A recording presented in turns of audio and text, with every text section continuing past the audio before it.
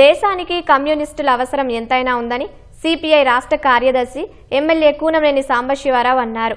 100 ఏళ్ల చరిత్రలో సిపిఐ ఎన్నో విజయాలు సాధించిందన్నారు. దేశ స్వాతంత్ర పోరాటంలో కమ్యూనిస్టుల పాత్ర ఉందన్నారు. మహాత్మా గాంధీ జాతీయ ఉపాధి పథకం సాధనలో కమ్యూనిస్టుల కృషి ఉందని తెలిపారు. ఈ రోజు దేశంలోని అన్ని ప్రభుత్వ రంగాలను అమ్మేస్తున్నారని కూనంనేని మండిపడ్డారు. మత రాజకీయాలతో మనుగడ సాధిస్తూ దేశ సంపదను కొద్దిమంది పెట్టుబడిదారులకు కట్టబెడుతున్నారని కూనంనేని సాంబశివరావు ఆరోపించారు. ప్రశ్నించే వారిని దేశద్రోహులుగా, అర్బన్ నక్సలైట్లుగా చిత్రీకరిస్తూ జైల్లో వేస్తున్నారన్నారు.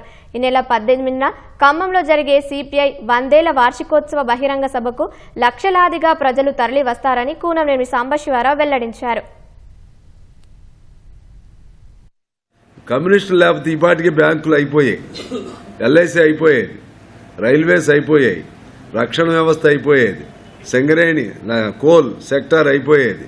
టోటల్గా మొత్తాన్ని అయినా కూడా వాళ్ళు తీసుకువస్తున్నారు. విదేశీ పెట్టుబడులతో విదేశస్తులను ఆహ్వానిస్తూ ఉన్నారు.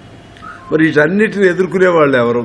ఇటువంటి వాటిని ఎదుర్కోవాలంటే అవి మన ఆస్తులు, నష్టాలతో ఉన్నాయి కాదు. నేను చెప్పినన్ని లాభాలతో ఉన్నటువంటి సంస్థలు.